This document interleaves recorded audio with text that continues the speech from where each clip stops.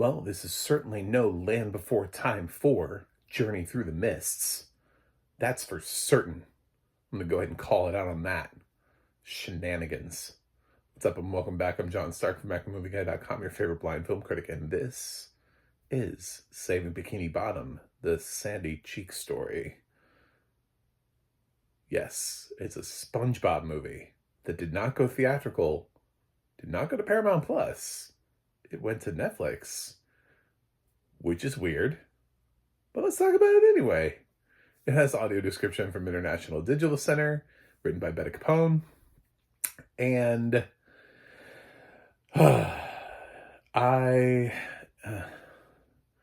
seen it. I'm wearing a purple hat backwards today, with black sunglasses and a shirt, which it's just a shirt. I know what it is. We're just gonna skip it. So it's not SpongeBob. Don't worry about it. So yeah. This is basically, I thought it was like of theatrical quality. It's got a couple musical numbers in it. I don't know why they gave up on SpongeBob. I don't know why SpongeBob is on Netflix. Conceptually, I don't understand how this got to where it is.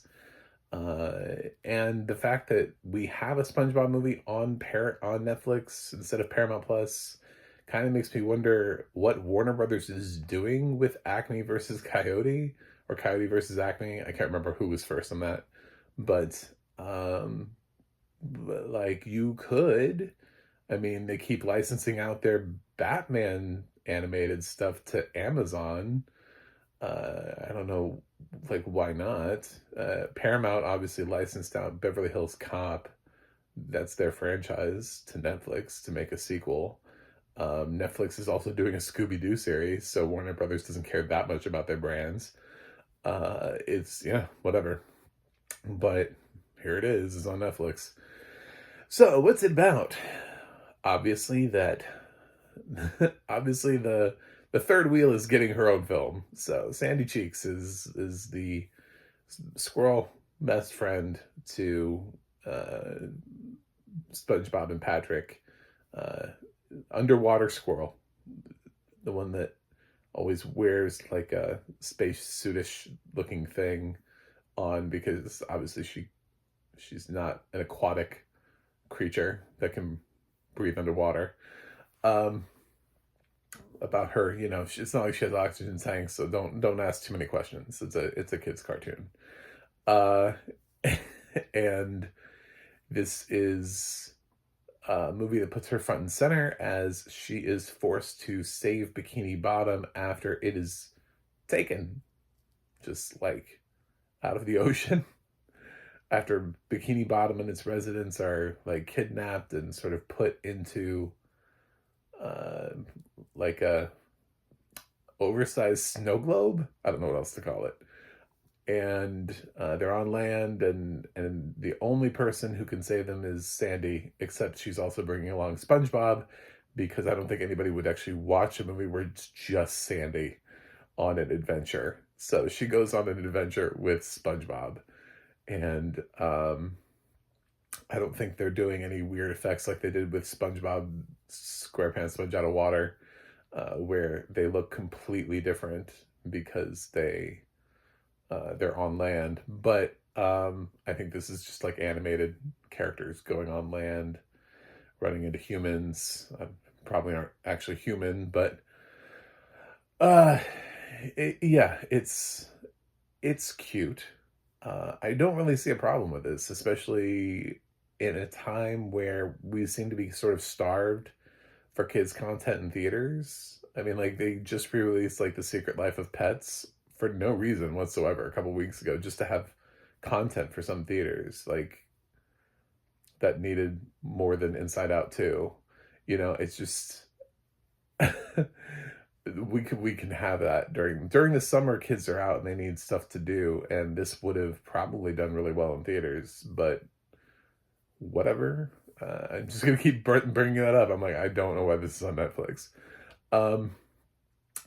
I guess because it reaches the widest audience possible. You know, I heard they were asking, I heard Casey Affleck, this is a weird thing to bring up in a SpongeBob review, but I heard Casey Affleck, they were asking him about his upcoming film, The Instigators, and he's like, yeah, I really love the theatrical experience. We live in a weird time. It's like no other time in history could you have a film that was launched immediately available to 1 billion people.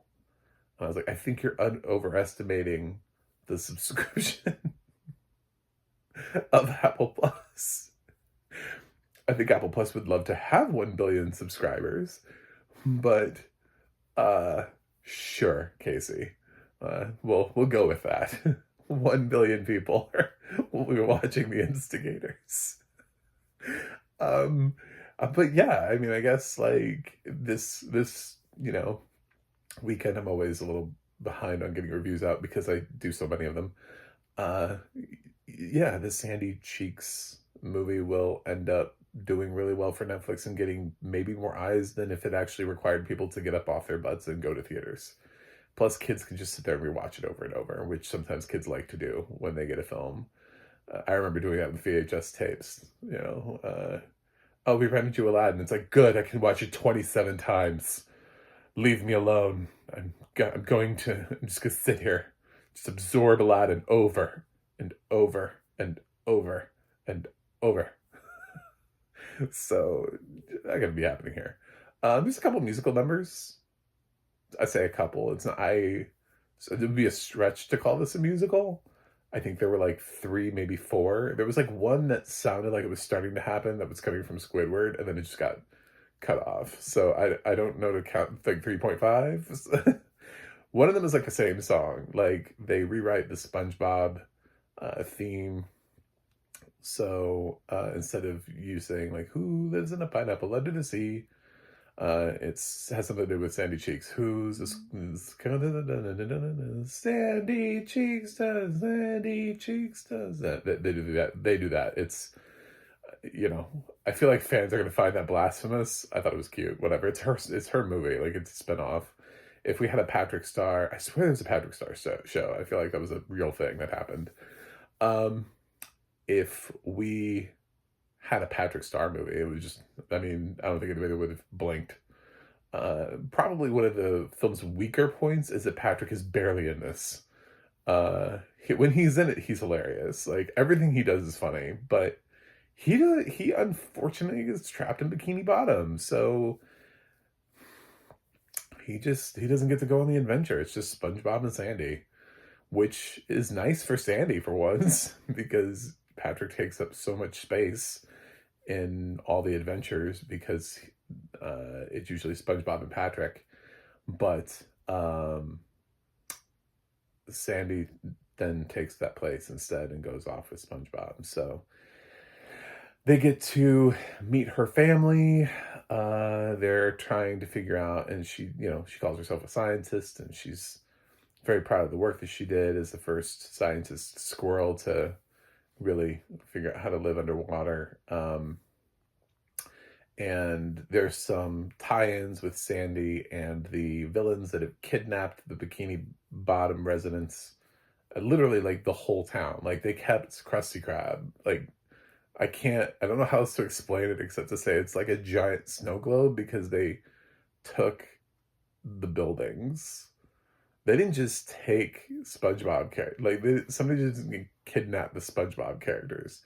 They like took Bikini Bottom. So that's why she has to say Bikini Bottom, not just the people of Bikini Bottom. And get them back into the ocean where they belong. Love lift us up where we belong. It's cute. Your kids will like it. This is when critics get way too deep. We're like, I don't know. I hate when I hear critics go like, I liked it, I was entertained, but I don't know if I would call this a good movie. It's like, what? Like, what are we doing here? We've gone way down the rabbit hole of trying to figure out like, is this film high art? Not This is not trying to be high art. It is trying to entertain your children. That is what it's trying to do.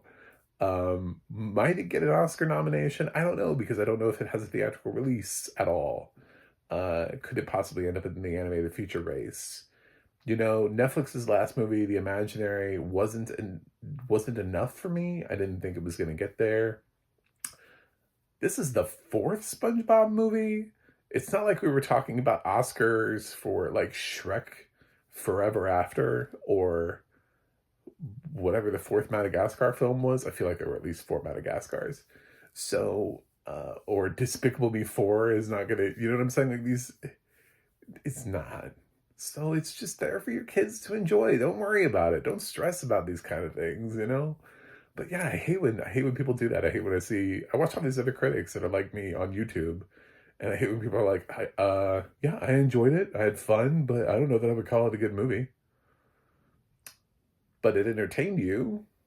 So did it not do its job? Somewhat? A little bit? Perhaps? Maybe it's a little bit. I think it's going to entertain your kids. I vote yes. I'm going to turn my chair on The Voice. There's nothing really deep to talk about with a SpongeBob movie. So audio description wise, I thought it was really well done. International Digital Center does really nice stuff. And one of the things that I really like that Betty Capone did here that is so unlike sequels, it's almost like they never really have time to do it. But there are actual character descriptions here as if you've never seen one of these characters before, which I don't need in the 4th film because I don't really care. At this point, personally, if somebody came up to me and they were like, I just watched Saving Bikini Bottom, I had no idea what these characters look like. I'd be like, really? Because SpongeBob has been on the air for 25 years. This is the 4th film. There was a stage musical. There's a spin-off TV series, at least one. I think 2. I think there was a Patrick Star show. I feel like that's a real thing, and I didn't just dream that in my sleep. But there's definitely Camp Coral. There are so many opportunities for you to know what these characters look like across time and space. I think there was a study not too long ago. They always do those studies about like the most recognizable characters, and SpongeBob was on the list of like worldwide, iconically characters like Mickey Mouse, stuff like that. I think Pikachu has been on there. There are certain like brand awareness, and SpongeBob has been on that list. Every time I see when somebody comes back, it takes them a while to like poll people in all these different countries, but he has like international brand awareness where you just see an image and like everybody knows who he is regardless of what country you are. You know, you could be living in the jungles of Peru and somebody showed you a picture and you're like, oh, SpongeBob. You know what I'm saying? Like that's what they're trying to find out. They're trying to find out how far do some of these things have a reach, and SpongeBob's brand awareness is always really high. So, yeah, I don't know about all of his downstream characters. I don't know if they show people a picture of Squidward. It's like, oh, but everybody knows who SpongeBob is. So, but it was still nice because I'm thinking about kids. And SpongeBob has been around long enough now. It's still a kid's brand. And a kid comes along and they get born. And they don't have time to catch up on 25 years of SpongeBob. So maybe they are just watching Camp Coral. Maybe they've seen a movie. I don't know. Maybe this is like the first or second movie. I don't think parents are necessarily that worried about chronological order for a 5 or 6-year-old child. I think they just turn on movies. So I'm thinking about that like blind 5 or 6-year-old child. And I'm like, for that, I think that's great. You know, for a grown adult who's been around for the entirety of the SpongeBob SquarePants movie, I just, like the existence of his franchise, I'm bothered less by that. But I'm encouraged that it exists for little kids coming along who this may be their first SpongeBob movie. It may just because of time, circumstance, the way that their parents operate in life. They may have just seen this on Netflix and been like, oh, this will be great. Yeah, we've just started to introduce Justin to SpongeBob. And You know, they've watched some Camp Coral episodes, and maybe this helps shape the characters for them. In which case, excellent. I love it. So that's why I'm glad that it's there. It's not something I would normally look for the fourth film in the franchise, but I think it's a really smart move for a film that's still directed largely at kids where a franchise has been around forever. It's something that we wouldn't normally think of, you know. We don't watch a Scooby-Doo movie and go, "Can you describe Scooby-Doo?" But at the same time, maybe we should, because if you it's still a kids brand. Yes, as adults, we know what Scooby-Doo looks like. But that 5-year-old kid, that might be the first Scooby-Doo thing that they watch. So, yeah. And blind kids deserve a great audio description too. So that's why I'm pointing this out. If if somebody my age came up to me and was upset about like a movie like this not having, I'd be like, no, I'm sorry. You're old enough. This thing has been around way too long. You know, no, I don't care. Uh, so, that's just that's how I feel about things. So thank you for doing it for the kids, because this is a kids' film, and I hope critics remember that when they seek to review it. And they're not like, well, actually, it's not 8.5, so unfortunately, I'm still thinking about Everything Everywhere All at Once, and this is not that. So maybe if it was released by A24. So I'm gonna give Saving Bikini Bottom, the Sandy Cheeks story, a B+. It was actually one of the more entertaining animated features I watched this year. We've had some that have just been like, it's all right. But this one has a lot of high energy and kind of matches the tone of SpongeBob movies and the series and everything. Everything that I've ever encountered with SpongeBob. I think this is better than Camp Coral. And yeah, I think this is good. Like the only problem I really had was Patrick. It's like, I need more Patrick in my life. I mean, yes. Everything he said and did was hilarious. But he doesn't do that much. So, thanks for watching. Thanks for subscribing. And I will see you guys on the other side.